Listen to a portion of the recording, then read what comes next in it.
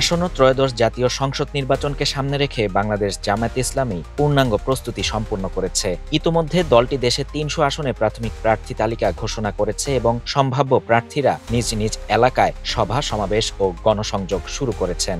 নির্বাচন কমিশন আগামী ডিসেম্বরে নির্বাচনের তফসিল ঘোষণা করার পর ভোট যুদ্ধে অংশ নিতে জামায়াতের তৎপরতা দিন দিন আরও বাড়বে।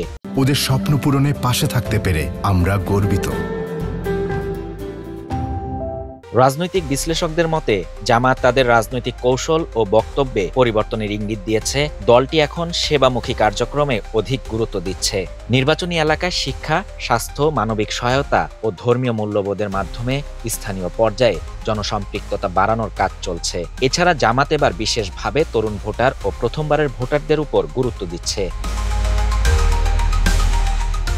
দলীয় সূত্র অনুযায়ী কেন্দ্র থেকে প্রতিটি জেলার সাংগঠনিক টিমকে সক্রিয় করা হয়েছে এবং স্থানীয় পর্যায়ে সভা সমাবেশ বাড়ানোর নির্দেশ দেওয়া হয়েছে।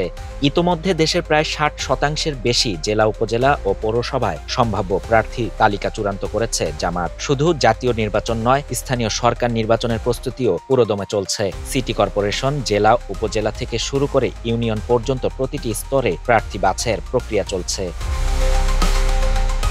জামায়াতের অভ্যন্তরীণ জরিপ অনুযায়ী তারা রংপুর, খুলনা, রাজশাহী, বরিশাল, চট্টগ্রাম, সিলেট, ময়মনসিংহ ও ঢাকা বিভাগের কিছু আসনে বিএনপির বিরুদ্ধে শক্ত প্রতিদ্বন্দ্বিতা গড়ে তুলতে সক্ষম। দলটির নীতি নির্ধারক সূত্রে জানা গেছে, আসন্ন নির্বাচনে বিজয়ী হওয়ার জন্য অতীতের ধরাবাঁধা নিয়মে পরিবর্তন আনা হয়েছে। এলাকায় গ্রহণযোগ্য ও জাতীয়ভাবে পরিচিত মুখ প্রার্থী হতে চাইলে বিবেচনা করা হবে। এমনকি আগ্রহ ও যোগ্যতা থাকলে অমুসলিম ব্যক্তিদেরও প্রার্থী হিসেবে বিবেচনা করা হবে। জামায়াত ইসলামীর সহকারী secretary general doctor AHM Hamidur Rahman Azad জানিয়েছেন, কিছু আসনে প্রার্থী পরিবর্তন হতে পারে এবং ক্লিন ইমেজ ও গ্রহণযোগ্য ব্যক্তিদের মনোনয়ন দেওয়া হবে।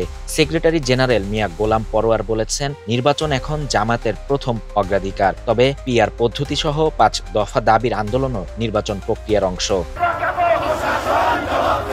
এই নির্বাচনে প্রায় অর্ধশত সাবেক শিবির নেতা নির্বাচনী মাঠে লড়ছেন, যাদের মধ্যে ময়মনসিংহ ৫ আসনে লড়বেন কেন্দ্রীয় প্রচার ও মিডিয়া বিভাগের সেক্রেটারি মতিউর রহমান আকন্দ।